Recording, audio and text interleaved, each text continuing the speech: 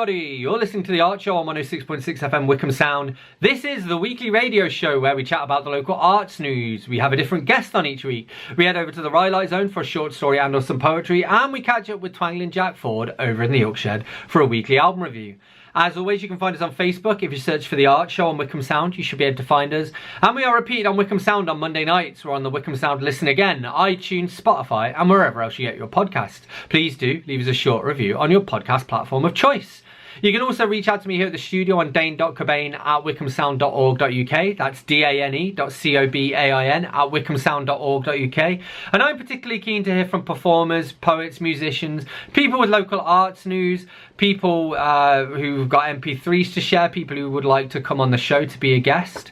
If you fit any of those categories, don't hesitate to get in touch. So this week we have got a catch-up show. We're going to be chatting to two previous guests. We're going to chat to Quinn, who is a local musician, followed by Pam Elise, who is an author and editor. She is actually the editor I work with on my books. But before we do that, we are going to head over to the Rhylight Zone for the latest instalment of Monsters of Rock by myself, Dane Cobain. Chapter 5, In the Studio, 1993. The gig at the Rose and Crown quickly became a monthly highlight for Groen and the rest of the band.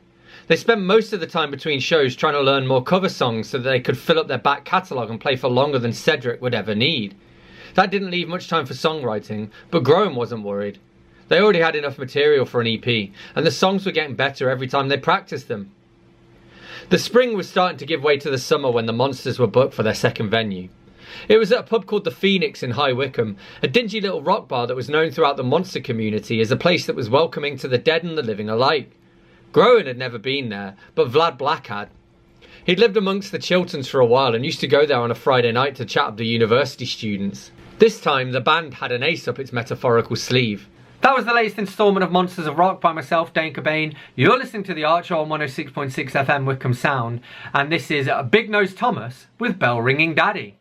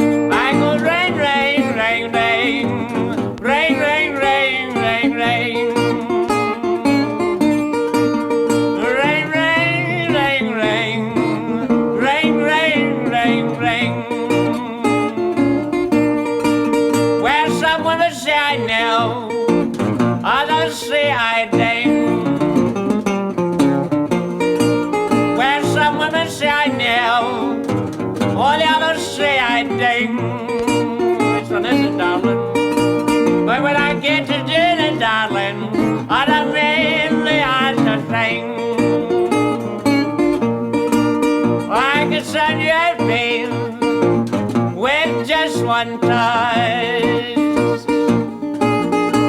I can sign your name with just one touch.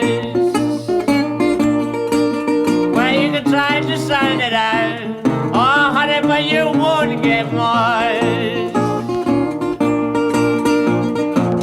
Your belly's metal, I have to strike it hard.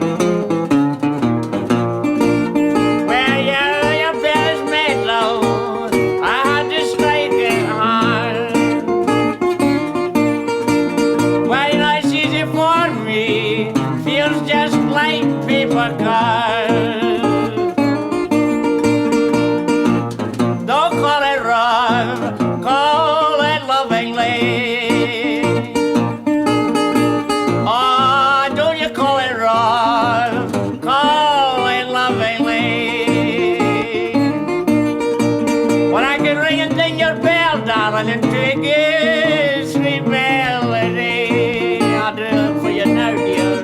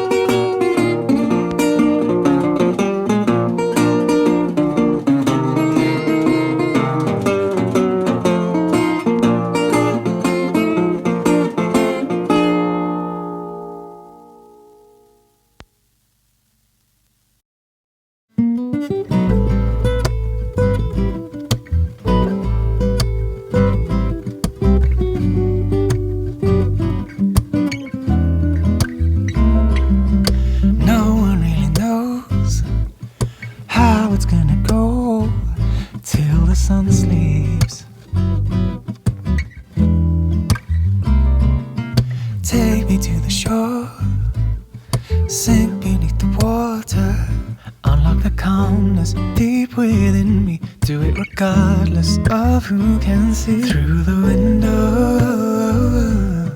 window, where my dreams go, our potential.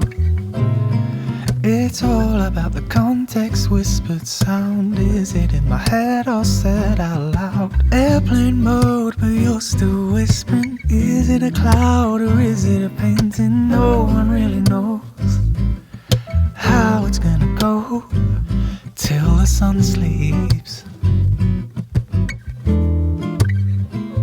Through the window, where my dreams go, our potential. Through the window, our potential.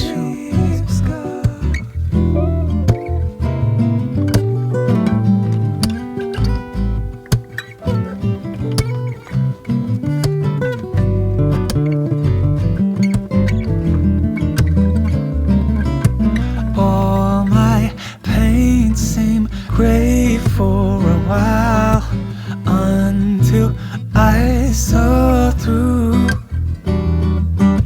drew the curtains. Am I that dumb? No, it's just what we do. Through the window, where our dreams go, our potential. Through the window, our potential.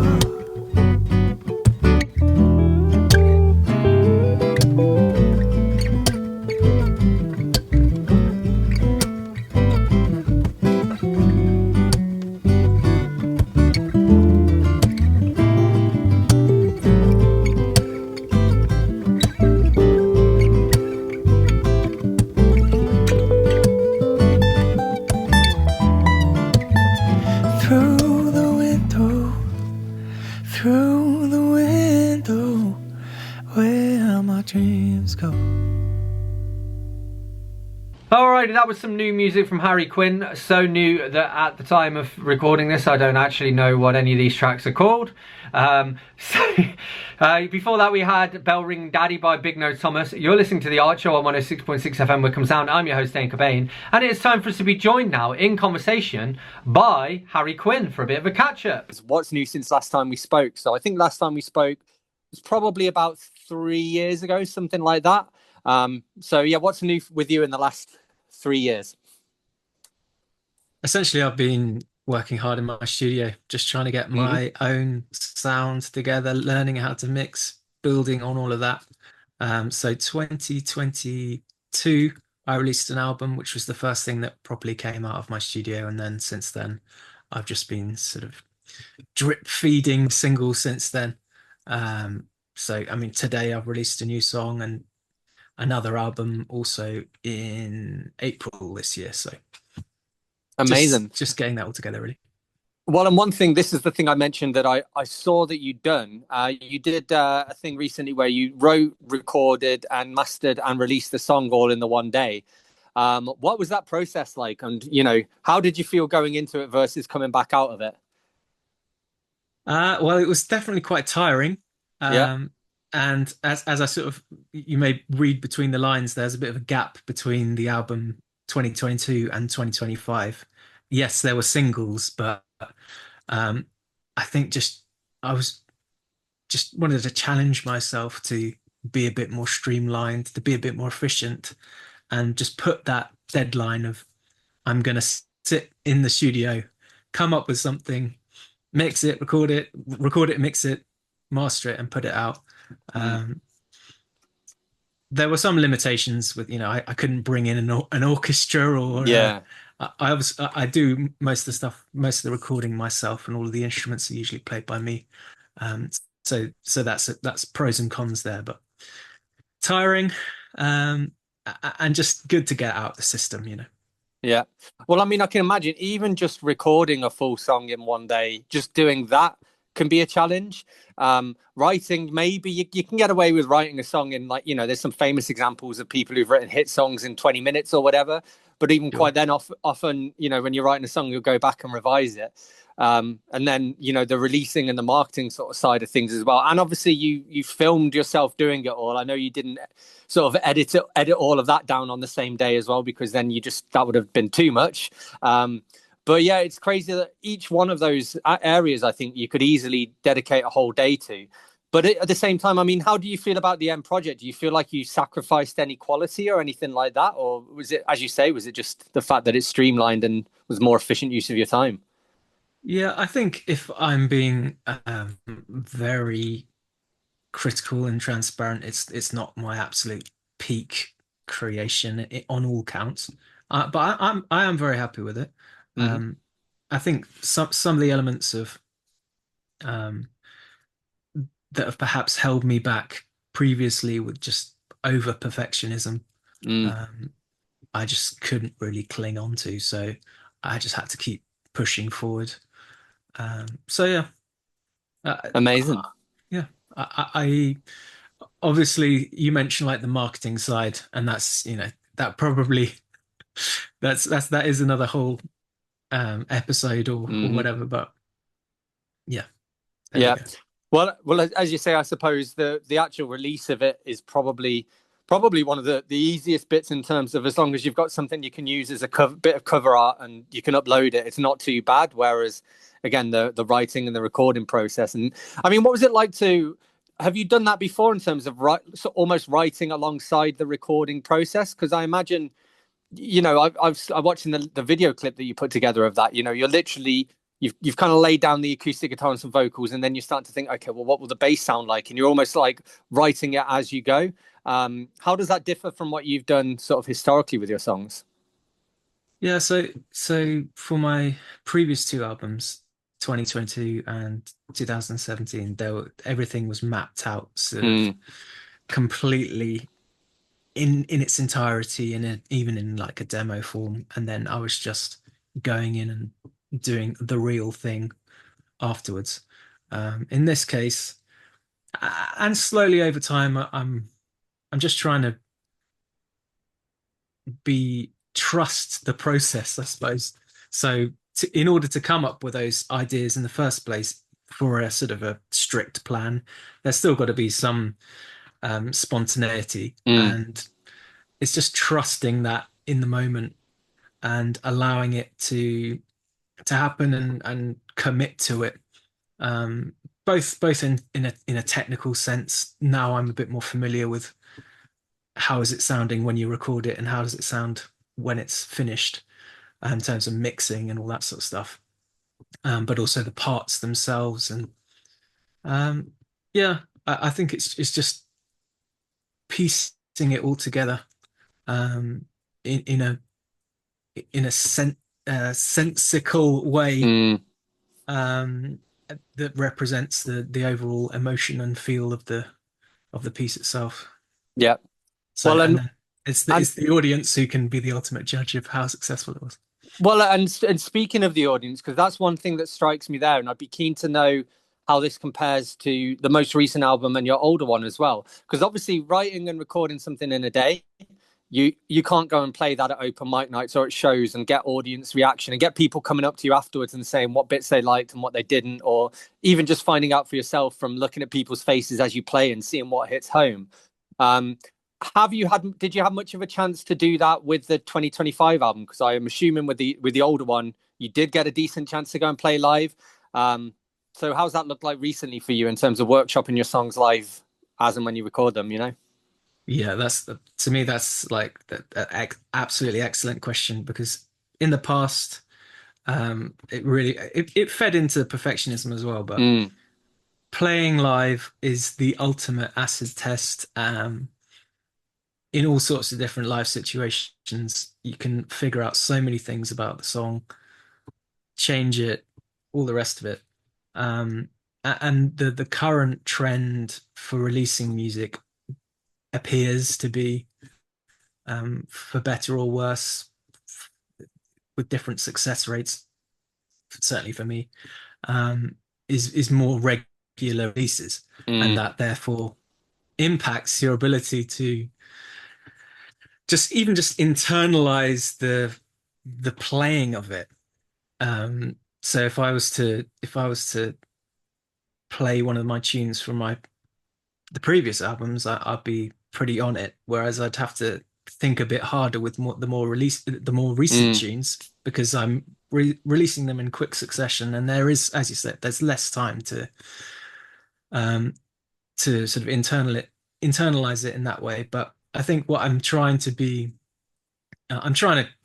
release more music, full stop, but also try and trust the fact that I have done the process of spending years of playing a song live before it even goes anywhere near a recording. So I'm just trying to recreate that feeling, or that range of spectrum of feelings, when I'm coming to record the next stuff. So that's a big question, and doing my best. I was going to say one you're still trying to answer. And I mean, I suppose, again, you mentioned part of the reason why you did the sort of the song in a day is to challenge yourself as an artist. I suppose that helps as well in terms of having done both sides of things, of having a song that you've, played over and over again and polished to perfection before you lay it down, and then almost doing the opposite. And being able to do both, I think, then makes you a more well-rounded artist, and kind of as you say, maybe there's a balance to be found somewhere in the middle there, which is probably your ideal. Yeah, I don't think there's necessarily a right or wrong way. I think what I did there is something I wouldn't necessarily jump in to do again. I think there is a bit of a balance to strike. But famous recordings of the past, people have typically gone on all sorts of ways. They've either been in a studio for 2 years and come out with something, or they've been on the road for 2 years and they record it all in 5 days. So it's difficult. Yeah, true. And you get great albums that have followed both routes. And I'm sure there are probably bands out there who've done both as well. I mean, maybe someone like the Beatles, for example, when the early days, but by the time they went into the studio, they've been playing in Hamburg, and then they've got everything sort of tightly down. And then you move on to sort of the later stage where it's all very studio based, a lot of experimentation and stuff. Especially, I suppose, if you're lucky enough to hit the big time, it doesn't matter how long time you can spend 2 years in a studio, because you've got a record label to bankroll it, whereas someone like yourself, you can't really spend 2 years in the studio because, you have to pay the bills and do other bits and bobs. Yes. I mean, it's a massive job of if you're doing it by yourself, it's a massive job. And even if you've got a record label, it's a massive job and a whole load of other equations to solve along the way. So, I think I certainly just try and deal with whatever I have at my disposal, and just make the best of it, really. Yeah. Cool. So you mentioned the 2025 album. What can you tell us about that album? So just, the title and sort of, I guess, some of the themes and whatnot. Try and sell it to us. I'll do my best. So it's not actually too far away from that topic. So it's called Sketches. And with that in mind, it was more of a do it as I go along, rather than a whole concept and a whole bunch of songs that I had previously written and just go in and do them in one block. Whereas this is over time, I had a certain amount of singles, to which I added sort of 3 or 4 more tunes that then became the whole album. And yeah, similar sort of style to my previous albums, but again, all I'm doing all the recording, all the mixing, and all the mastering and everything like that. Cool. And just to end on, really, so what's next for you? I mean, you've mentioned, I guess we can hope for a few more singles, and then eventually, when you get around to it, another album. Exactly right. Yeah, I've released I think it's 3 singles so far this year, after the album in April, and that will all lead to another album, for sure. And then I think it's just a case of just trying to, going back to the marketing side of things, be very honest with myself. What are my strengths? How can I funnel and be a bit more smart in my use of time, use social media, and just try and be as authentic as I can and see what happens, really. Cool. And speaking of your social media, so where can people follow you? So I mostly use Instagram and TikTok, along with my website. My website is harryquinnmusic.com. My Instagram is at Harry Quinn Music, and TikTok is Harry Quinn HQ. That was our catch up with Harry Quinn. You're listening to The Art Show on 106.6 FM Wickham Sound. I'm your host, Dane Cobain, and here is some more new music from Harry Quinn.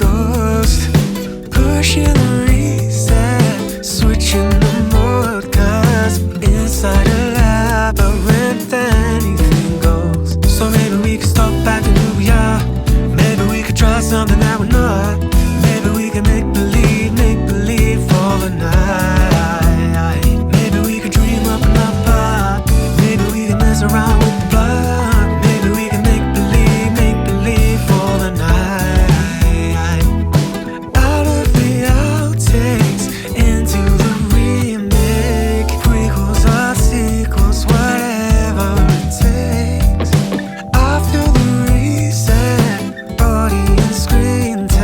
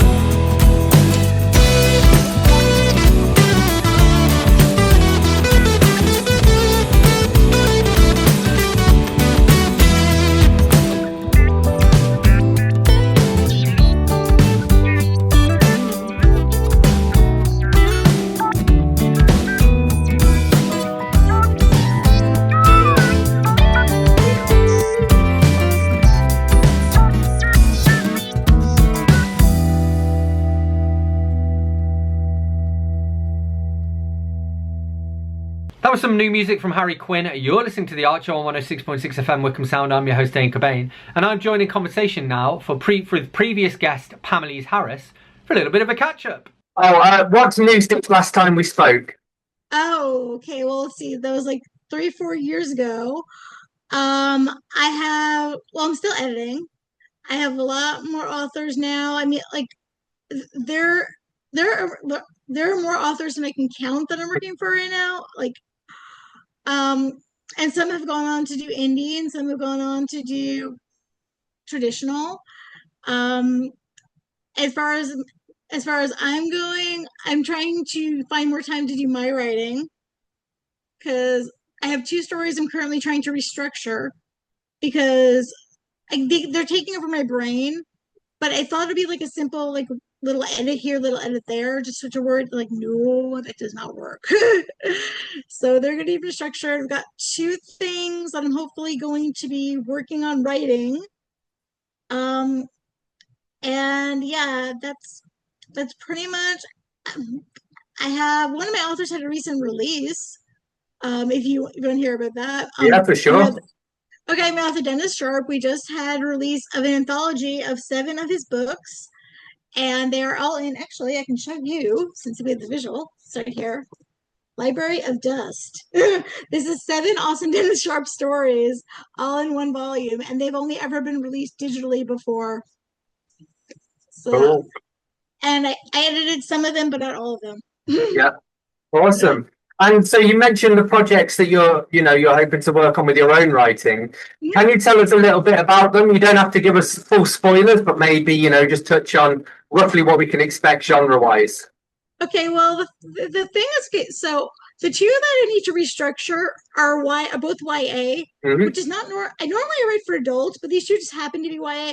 One I call begrudgingly YA suburban fantasy, because I thought it was just YA, and then it's like, oh, wait a minute, there's this element.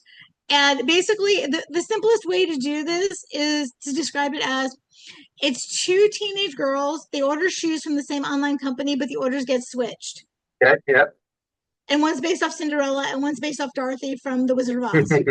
Yeah, it's teenagers. I don't think that could be a totally dumb premise. I have no idea. It's what came of my obsession with Bad Cinderella. Yeah. But if you're familiar with the Andrew Lloyd Webber musical.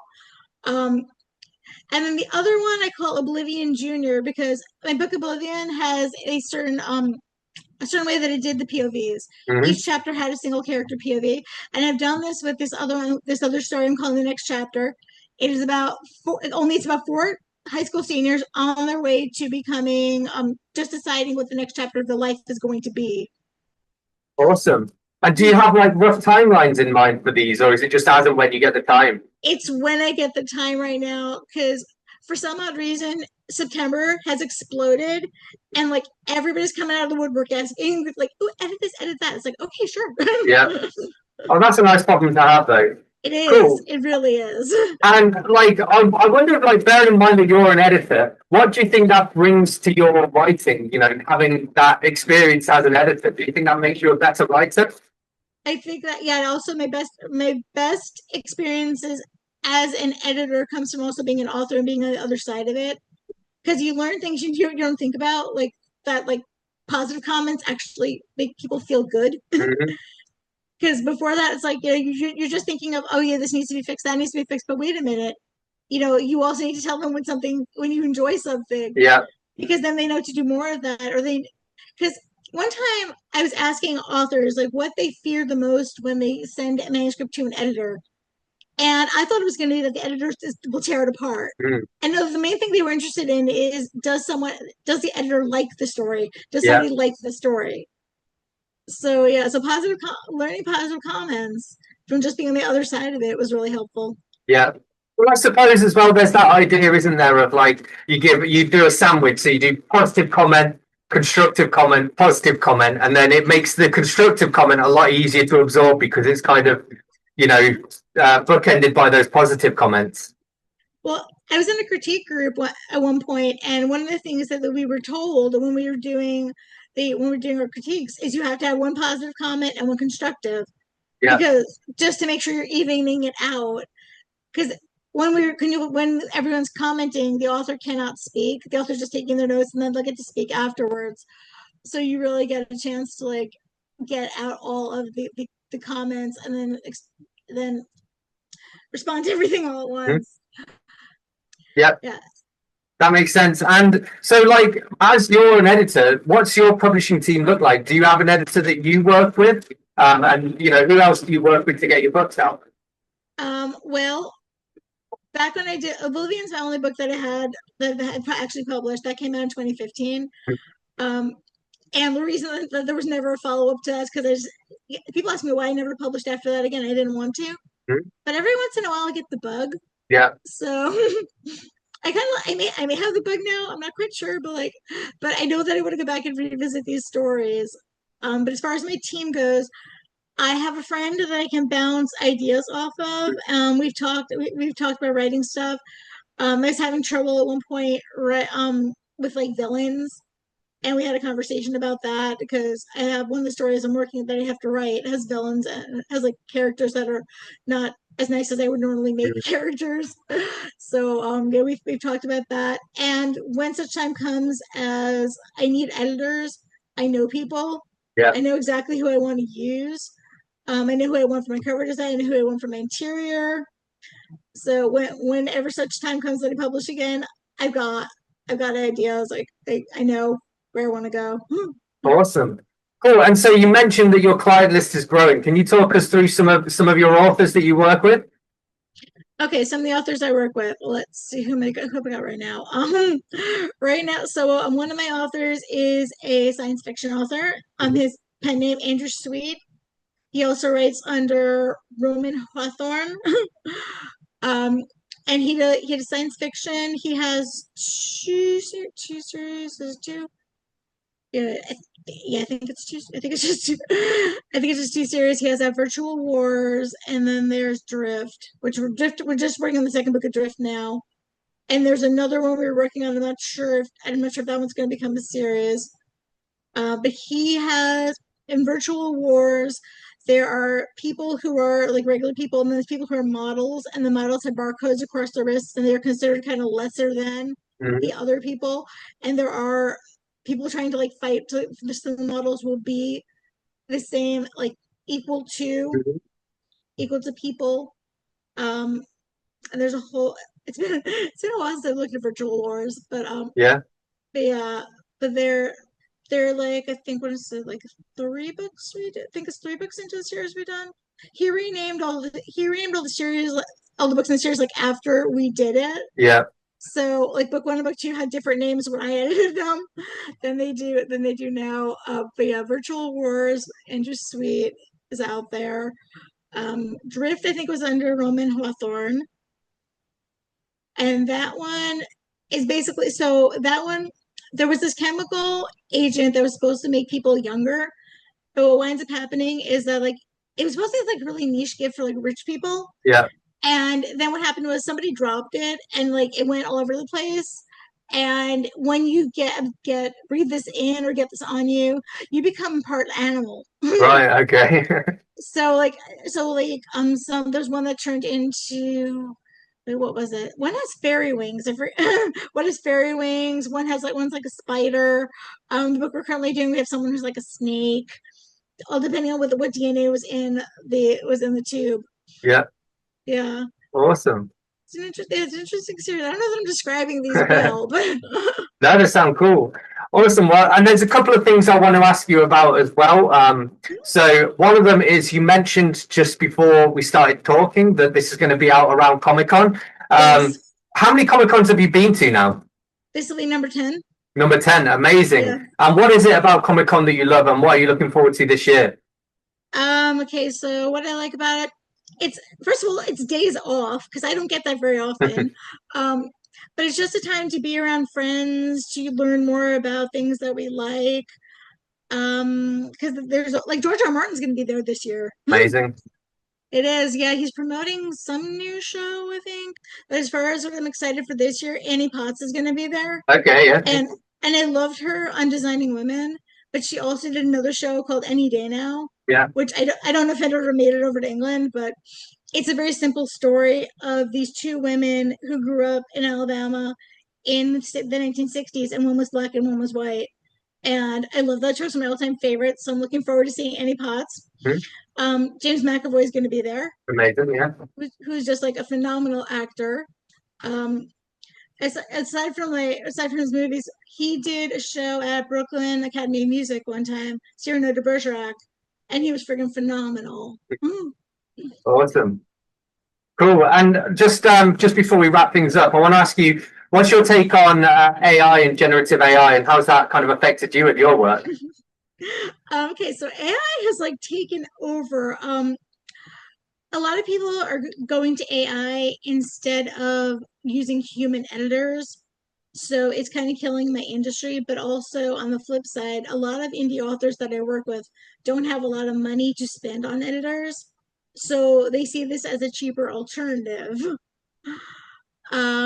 So like it, and I know this sounds really weird for me because sometimes I just said like I have an abundance of work for September, but in general, it is really hard for editors to get work. I have a friend who's really struggling, and she's looking because like you have editors who are being forced to slash their rates to compete with these AI these AI programs. So which isn't really fair to the editors, but you do what you have to do. Yeah. Have you seen much of like have you ever been asked to edit a manuscript that's clearly AI written and they want an editor to kind of humanize it? Nobody has ever admitted anything I've seen as AI. So I mean, I have not. I don't think anyone's asked me to humanize it. Well, as well, I would imagine if people are sort of skimping out on, they're not willing to hire a ghostwriter to write for them, they're probably not going to hire an editor to then edit something that they've generated through AI anyway, unless there's a specific reason for it, unless it's getting flagged as AI or something like that, you know. Well, the thing is, they flag things for AI just for having M dashes, which is Yeah. kind of crazy. Yeah. But if people if people can't afford editors or don't want to go to editors, there are other like human-based things you can do. You can find beta readers to get feedback on your book.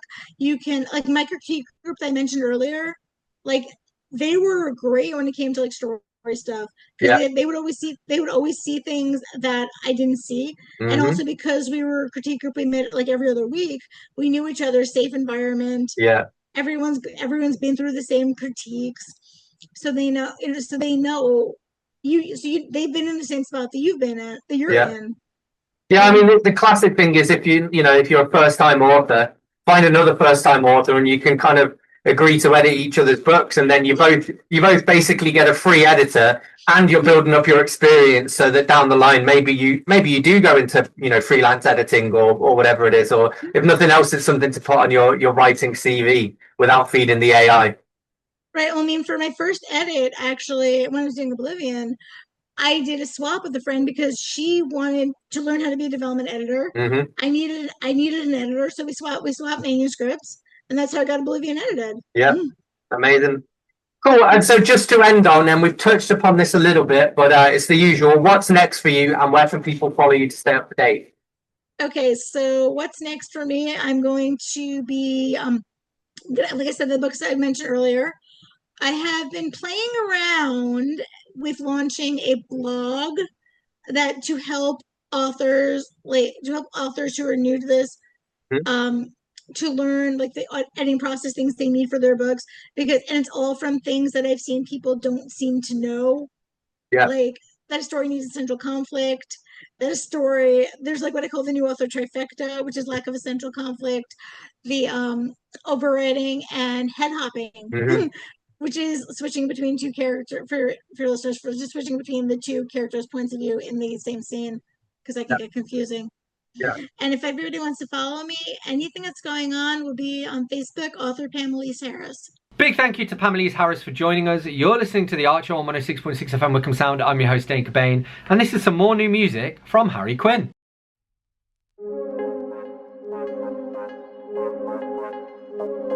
If you're gonna build your bricks high, I'm gonna leave my reply.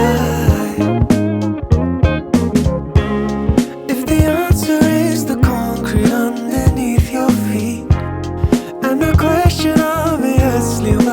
fight or flee. Like the craziness in each other's eyes we can see. Oil into the water bleeds.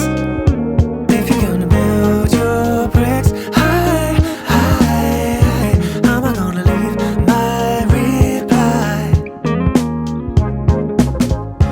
Fortunes fall through no reply.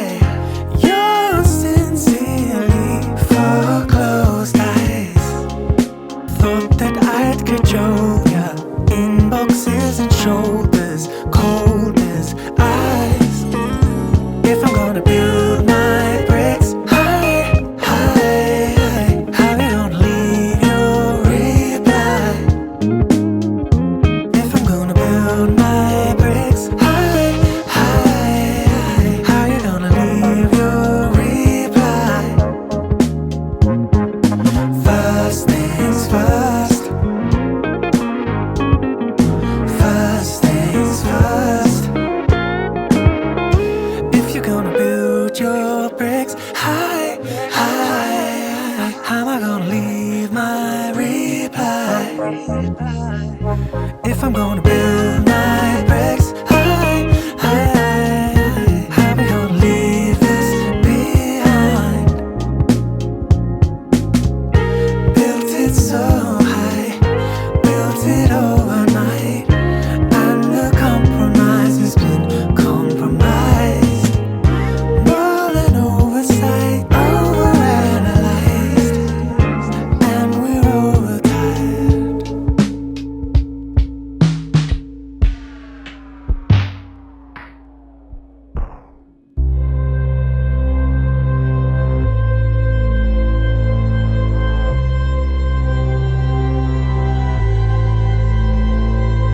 Sometimes all I can do is smile. Try to move on with my life. Hope that the tears in my eyes try to pretend I'm okay inside. Sometimes surviving is my daily fear, and at night I forget how to feel. Everything is working against me. My best efforts seem to be too weak. All broken things can work again if I'm plugged for a few minutes or repair. Humans have no reboot function. We have to let go of the pain and say to ourselves, I have what it takes to start again. All broken things can work again if I'm plugged for a few minutes or repair. Humans have no reboot function. We have to let go of the pain and say to ourselves, I have what it takes to start again.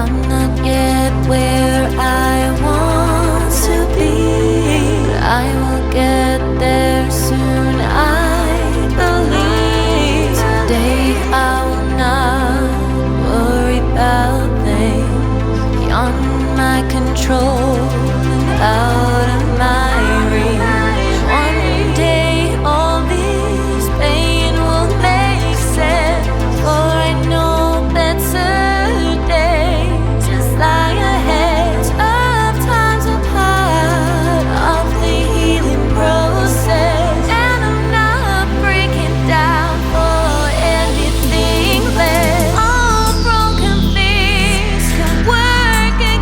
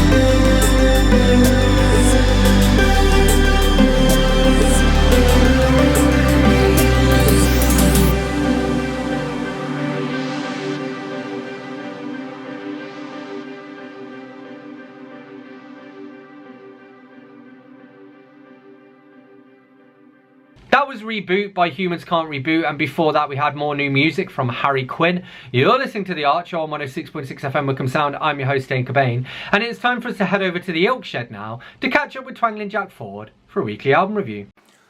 Country Joe and the Fish, Greatest Hits. This is an album I got from the Wickham Arts Centre vinyl sale. I think I paid about £12 for it.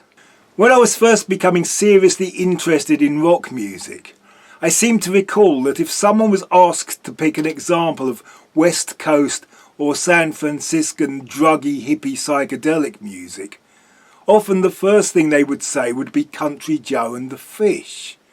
Possibly because of the name, and possibly because of a short clip in the Woodstock film, which is actually just Country Joe. Now they are possibly the least remembered of the participants in that Haight-Ashbury scene, behind the Grateful Dead, Jefferson Airplane, Santana, Janis Joplin, and even Quicksilver Messenger Service. Someone once asked me to find them a copy of the second Country Joe and the Fish album, which I did, and I copied it, but I was not particularly impressed. I have seen the Woodstock clip many times where Country Joe spells out the F word and gets the crowd to respond. He then sings a very clever anti-war song. The second Country Joe and the Fish album starts with the "Gimme an F, what's that spell" routine. However, it spells out F-I-S-H, fish. And the Fixing for to Die song seems rather chirpy and weak compared to the Woodstock version. I found this Greatest Hits and thought I would give them another go, and I was so impressed with this LP that I then bought the CD of their first album, and was once again disappointed. This may be partly because I believe that 60s recordings sound better on vinyl, and partly because one of the things that made the Fish distinctive was a rather cheap sounding electric organ, the nastiness of which is probably exaggerated by being digitised. Country Joe was a man named Joe McDonald, who I was surprised to find has a very nice singing voice, not unlike Tim Buckley or Marty Balin. His regular guitarist was a man named Barry Melton, who was nicknamed The Fish, and the band was a changeable unit built around these two. I find Melton's guitar to be quite interesting. It is often quite distorted and abrasive, yet it seems to fit perfectly with even the more dreamier songs. They were possibly one of the bands that most supported all things counterculture and peace and love, man. But their music is surprisingly conventional, much less experimental than the Grateful Dead's Anthem of the Sun and Dark Star, or Jefferson Airplane's After Bathing at Baxter, or anything Pink Floyd and Soft Machine were doing here in Blighty. There is a song called Maria that is so conventional it sounds a bit like Clive Dunn's Grandad. However, it was written as a letter from a war zone with details of atrocities. The album finishes with a song called Here I Go Again, which is a song with a very commercial production. It is a song that made me glad to have bought the album, and I found myself replaying it several times. It is an extremely catchy number that I knew I recognised, but I'd never heard this version. I later found out it had been a minor hit for Twiggy. Country Joe and the Fish seemed to be a mix of beat poetry, country, folk, pop and rock, similar to the first two Jefferson Airplane albums and Arthur Lee's Love, with some occasional strange textures from unusual sounding instruments, a bit like the Incredible String Band. Sometimes they sound like a less disciplined version of The Doors with a stand-in keyboard player playing a bargain basement keyboard. Though I really like this album, the fact that it claims to be their greatest hits does not suggest they have a great catalogue waiting to be explored. Country Joe and the Fish Greatest Hits. Big thank you to Twangling Jack Ford for this week's album review. Thank you to Harry Quinn and Pam Elise for coming back on the show as this week's guests. Thank you to everyone whose music I've shared. As always, you can find us on Facebook. If you search for The Art Show on Wickham Sound, you should be able to find us. And we are repeated on Wickham Sound on Monday nights, or on Wickham Sound Listen Again, iTunes, Spotify, and wherever else you get your podcasts. Please do leave us a short review on your podcast platform of choice. It all helps. You can also email me here at the studio on dane.cobain@wickhamsound.org.uk. That's dane.cobain@wickhamsound.org.uk. I'm particularly keen to hear from poets, performers, musicians, people with local news, MP3s they might like to share, people who would like to come on as a guest. Don't hesitate to get in touch. So I'm going to leave you with one last tune, and this is the incredible Betty Accorsi with Like a Tree. I'll catch you next week.